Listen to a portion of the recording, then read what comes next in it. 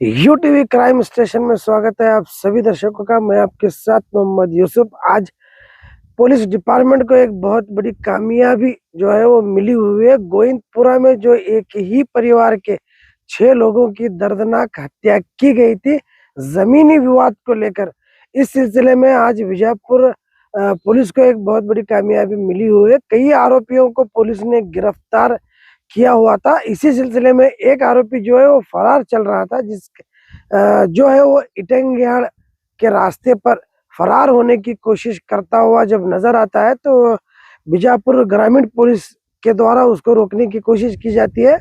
फिर बाद में जो है उस पर एक फायरिंग की जाती है जिसकी वजह से वो घायल होता है।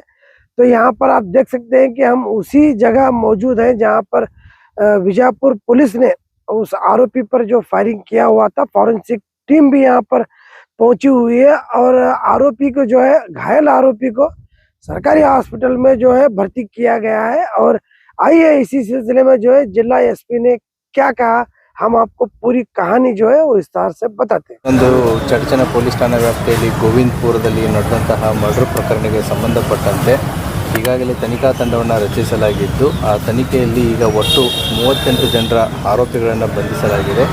ಇವತ್ತಿನ ದಿನ ಬೆಳಿಗ್ಗೆ ಈ ವಿಜಯಪುರ ರೂರಲ್ ಲಿಮಿಟ್ಸಲ್ಲಿರುವಂಥ ಇಟ್ಟಂಗಿಹಾಳ ಗ್ರಾಮದ ಹತ್ತಿರ ಇರುವಂಥ ಈ ಆರೋಪಿಯ ಬಗ್ಗೆ ಮಾಹಿತಿ ಇರುತ್ತೆ. ಈ ಆರೋಪಿಯನ್ನು ಹಿಡಿಯೋದಕ್ಕಂತ ಹೋದಾಗ ಪೊಲೀಸರನ್ನ ನೋಡಿ ತಪ್ಪಿಸ್ಕೊಂಡು ಹೋಗ್ತಾನೆ. ಪೊಲೀಸರ ಮೇಲೂ ಕೂಡ ಕಲ್ಲಿನಿಂದ ಅಟ್ಯಾಕು ಮಾಡ್ತಾನೆ ಮತ್ತು ಅವನು ನೈಫಿಂದ ಪೊಲೀಸರಿಗೆ ಥ್ರೆಟನ್ನು ಮಾಡ್ತಾರೆ.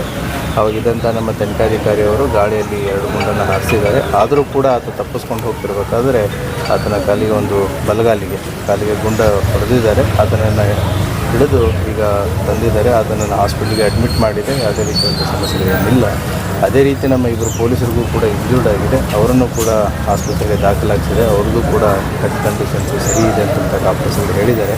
ಅದಕ್ಕೆ ಸಂಬಂಧಪಟ್ಟಂತೆ ಮತ್ತೊಂದು ಪ್ರಕರಣವನ್ನು ವಿಜಯಪುರ ಗ್ರಾಮೀಣ ಪೊಲೀಸ್ ಠಾಣೆಯಲ್ಲಿ ನಾವು ದಾಖಲಿಸ್ತಾ ಇದ್ದೀವಿ.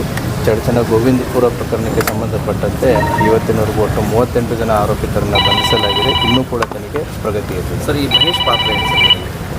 ಈಗೇನು ಇಂಜೂರ್ಡ್ ಮಹೇಶ್ ಇದ್ದಾನೆ, ಇವನ ಜೊತೆಗೆ ಒಟ್ಟು 4 ಜನ ಈ ಮರ್ಡರ್ ಕೇಸಲ್ಲಿರುವಂಥ ಪ್ರಮುಖ ಆರೋಪಿಯಾದಂಥ ಪರುಗೌಡ ಅನ್ನೋನು ಏನಿದ್ದಾನೆ, ಈತನ ದೂರಿನ ಸಂಬಂಧಿಕರಿದ್ದಾನೆ. ಇವ್ರನ್ನ ಅಫ್ಜಲ್ಪುರ್ ತಾಲೂಕು ಬೆಳ್ಳುಂಡಿಗೆ ಅಂತ ಕರೆಸಿರ್ತಾನೆ.